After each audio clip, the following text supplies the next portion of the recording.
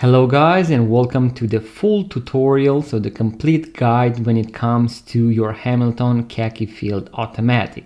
So in this video I'm going to show you how to wind the watch either manually or using the automatic function, then also how to set the time and date, and then lastly how to replace the strap, so how to switch between the leather strap and put the watch on the NATO strap, so to have that field watch look, and then the other way around, so switching from the NATO strap back to the leather strap.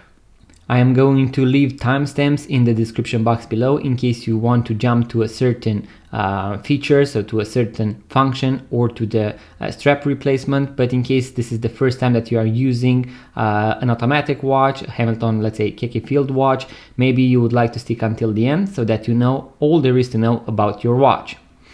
Now, as you can see in this position, the watch is not ticking. So as you can see, the seconds hand of the watch is not ticking, and that is because it has no energy at this point stored inside. This particular watch has the automatic movement. So as you can see here on the see-through back, we have a rotor, so a small metallic part that is going to move around. So it is going to rotate as you wear the watch, and as you keep wearing, so moving your wrist, the rotor is actually going to charge the watch, and it is going to give it that energy. So if I give it a quick shake and the rotor is going to spin around, we will be able to see that the balance wheel has already started to work. So the watch at this point is ticking. So in case you pick your watch up after a long period of time, you can give it a few shakes and then set the time and date and then put it on the wrist, and that way you are going to rely only on the automatic part of the movement. Then this particular movement, so the H10, has a few other features. Firstly, it also features the manual winding option. So the manual winding in the zero position, so with the crown pushed all the way, means that we can rotate the watch crown to the right, so in a clockwise direction, upwards, and that is going to do the same thing that your rotor does. Now there are going to be some people online that say that manually winding your automatic watch is going to damage the movement.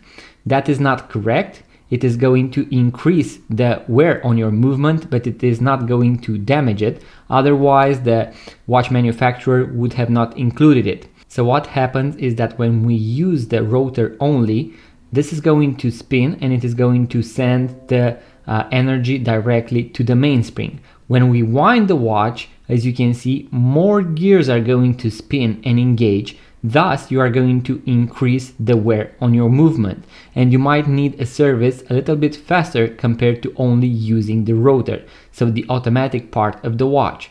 From my own experience, what I do with my automatic watches is I pick them up, I give them a few spins, so a few winds, in order to get the watch going, and then I'm going to set the time and date, put it on the wrist, and then I'm going to rely only on the movement of my wrist. It is very hard to get to that 80 hours of power reserve by movement only, so by wrist movement only, and that is why you want to give it a few winds, maybe when you pick the watch up or before you go to sleep, in order to make sure that the watch is still ticking in the morning. This also depends on your lifestyle, so maybe if you have a more active lifestyle, maybe the watch is going to charge more, so it is going to wind more, and maybe you do not need to manually wind it at all, so not even before going to sleep. Also, there might be some of you wondering how many times can you actually wind the watch, and can you overwind it? So if you keep on winding it, at a certain point the watch is going to reach that maximum threshold of windings, and the mainspring is going to be fully winded. At that point, the winding will no longer charge the mainspring because it has a protection against overwinding. So we have a magic lever that actually will slip away all that energy that you try to keep on putting inside, so that tension onto the mainspring. So this is something really cool that they have right now. So this is a very nice feature that protects your watch of getting overwinding and breaking the mainsprings. So you do not have to worry about that on this particular model. When it comes to vintage manual winding mechanical watches, at some point you are going to feel a resistance that is growing and growing when you wind the watch, and that is when you need to stop in order not to overwind that watch and break the mainspring. Now the second feature that we are going to talk about is setting the time and date. And this is going to be a principle that you can apply to all mechanical watches, so manual winding mechanical watches, automatic watches, as well as quartz watches. And here we want to follow three main principles. The first one is that we want to set the time at 6:30 in order to protect the date wheel. So I'm going to show you exactly what I'm talking about. If I pull the crown to the last position and move the watch hands in a clockwise direction, as you can see, when I went past 12 o'clock, the date changed. So between 9 and 12 o'clock, the date wheel is going to engage. So it is going to start spinning and it is going to change the date. While the date wheel is engaged, we do not want to change the date in that position because you can actually break the date wheel if the date wheel is engaged. For this reason, we want to avoid to have the watch hands between 9 and 12 and 12 and 3 o'clock. There are going to be watches that have the day-date complication, and the day of the week is going to engage between 12 and 3 o'clock or between 12 and 5 o'clock. So the easiest way to protect your watch is to set the time at 6:30. As you can see, both of the watch hands are now in the lower part of the dial, and I can easily set the date without worrying about breaking the date wheel. In case you have the date at 6 o'clock, you can move the watch hand just a little, so let's say 6:35, in order to have a good view of the date. I'm going to leave it once again at 6:30 in our case. So this is going to be the first principle. The second one is that we want to change the date first and then the time. And when we set the date, we are going to set it 1 day prior to our actual goal. So let's say that I want to make it the 10th. I'm going to first make it the 9th, and then I'm going to go with the watch hands past 12 o'clock until the date changes, and I'm going to arrive on my desired date. And I'm going to know whether I am AM or PM. So let me also show you that. I'm going to push the crown all the way back in and now pull it only to the first position. Here I'm going to change the date. As I mentioned, my end goal is to make it the 10th, so I'm going to make it the 9th. Just like that. Now we are going to pull the crown to the last position and we are going to set the time. And here, as you can see, I went past 12 o'clock, nothing changed, so the date did not change. And now I'm going to go once again past 12 o'clock. We can actually see right now when the date is going to start to engage. As you can see, the date already is starting to move and it is going to jump. Just like that. And now I have arrived on my desired date and I am going to make it 5 a.m. So 5 in the morning. That is why we want to first set the date 1 day prior to the actual date and then set the time. Now I'm going to go past 12 o'clock once again because I want to make it 5 p.m. So 5 in the afternoon. As you can see, the date did not change as I went past 12 o'clock, and now I'm going to make it 5 p.m. So 5 in the afternoon. And now I'm going to push the crown all the way back in, and voila, I have set the time and date, and I know that I am on the 10th and it is 5 p.m. That is why I am setting the date first, 1 day prior, and then the third principle is to set the time lastly.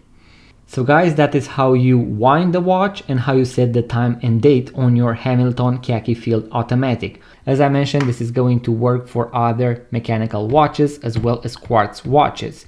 Now, in order to replace the strap, we are going to need a few things. The first one is going to be a pin remover. So a spring bar tool remover that is going to help me remove the spring bars in order to replace the strap with the NATO strap. Then I'm going to have the NATO strap. This is one by Blue Shark. you are going to need a 20mm strap, either leather strap or NATO strap. I'm going to also leave a link in the description box below to this one, because in my opinion this is a very premium NATO strap. And then in case your spring bar is broken or is missing, you are also going to need a box of these. These are going to be the spring bars, and you can actually see the spring bars for different dimensions. So I would need the ones for the 20mm right here. Now, when you want to replace the strap on your watch, once again, we are going to follow a few key principles. The first one is that you are going to need a piece of cloth, material, it doesn't matter, something to place your watch onto, so that when you apply some pressure, you do not scratch the crystal, the case. It doesn't matter whether you have a sapphire or not, we do not want to scratch our watch. Then the second thing is that we are going to operate on the back of the watch. So as you can see, the watch is facing downwards, so that I operate on the lugs from behind. In case I scratch the watch a little, I'm going to scratch the back of the watch, so not the front. And now I'm going to use the spring bar tool removal with this part right here, so with the end of the two teeth. I'm going to leave a link in the description box below to everything that you see in this video. And what I want to do is to go between the lug and the strap. As you can see, since I have replaced this strap several times, you can see that there is a small place right here. So what I want to do is to go grab the tip of the pin and then push it downwards, and then move the strap just a little gently to the left or to the right, and the strap is going to come off. I'm going to do the same thing on the other end as well. When you do this, you want to keep the watch onto the table, but I'm doing this so that you can actually see what I'm doing. So once again, with the tool right here, grab the pin, push it gently inwards and then towards the exterior, and voila, the strap is now out. I'm going to use the same spring bars because these are going to be higher quality compared to the ones right there, and also they are perfect to use on the NATO straps. When you want to put the watch onto a NATO strap, we are first going to place the pins onto the watch. So what you want to do is to take the spring bar, place it inside the first hole, hold it with your non-dominant hand, as you can see with these two fingers, and now I'm going to use the spring bar once again with the same part of the tool, and then I'm going to push it inwards, push the spring bar in between the lugs, and then I'm going to search for the hole, which as you can see is a little bit to the left, and you are going to hear a small click. When you hear that click, you can also move the spring bar a little to make sure that it is secure. Then I'm going to do the same thing on the other spring bar as well. So in between, towards the hole, we are going to hear the click and we are done. Now I'm going to take the NATO strap and I'm going to leave the buckle at 12 o'clock, and I'm going to place it in between the lug and the spring bar starting from 12 o'clock. Then I'm going to go all the way, so almost to the end, right about here. Now I'm going to do the same thing on the other end, and then I'm going to go through the metallic loop, and voila, the Hamilton Khaki field is on the NATO strap. Now some of you might have it on the NATO strap and want to switch it back to the leather strap, so I'm also going to show you how to do that. So now I'm going to take off the NATO strap. It is going to be the other way around. First take it off the loop, then take it out of the lugs. In case you have the bracelet, so the stainless steel band, I'm going to have different tutorials on how to take it off, and also how to replace it with a leather strap or with a NATO strap. And now, since I want to place the watch back onto the leather strap, I need to first remove the spring bars. Once again, we are going to work on the table, but I'm going to first show you one here. I'm going to grab the tip of the spring bar, push it inward and then to the side, and it is out. Let's do the other one onto the table. And now I'm going to take the strap, place the spring bars back in, and now we are going to hold our watch just like this. in order to take the part with the buckle, and this one is going to go at 12 o'clock. So I'm going to first mount this one, and what you want to do is to push the pin on one side a little bit more so that you can go inside the first hole. And now we are going to hold it just like this, take the end with the two teeth right here, push it inwards, move it a little, we are going to hear that click, and voila. Also make sure to place the watch strap facing the correct way, because as you can see here we have the stitching and everything, and here you can see that it is the back. And you need to make sure that it is facing the correct way. And now I'm going to do the same thing on the other end as well. We hear that click, and voila.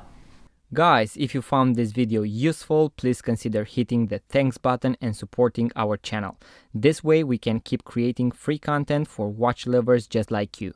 So guys, that was the full guide that I had for you today on how to set the time and date, how to wind, and also how to replace the strap on your Hamilton Khaki Field Automatic. In case you found value from this video, make sure to give it a thumbs up, subscribe to this YouTube channel, leave a comment, let me know if you managed to do so, what you would like to see next on the YouTube channel. If you had any difficulties, once again, make sure to also check the links in the description box below in order to pre-order the tool, the spring bars, and the NATO strap in case you want to go for that one. And also guys, if you would like to purchase your first vintage watch, make sure to check out our website vintageradar.com, because we have thousands of vintage watches for sale, link in the description box below. Thank you guys for watching, subscribe, give it a thumbs up, and I'm going to see you on the next one.